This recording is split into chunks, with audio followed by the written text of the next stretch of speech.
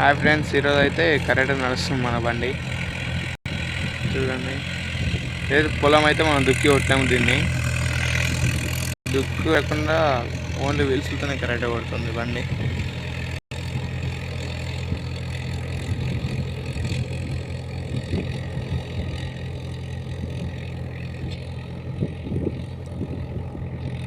కొంగలు అయితే ఎంత మంచిగా వచ్చినాయో తుంటుండే, పొలం దున్తుంటే.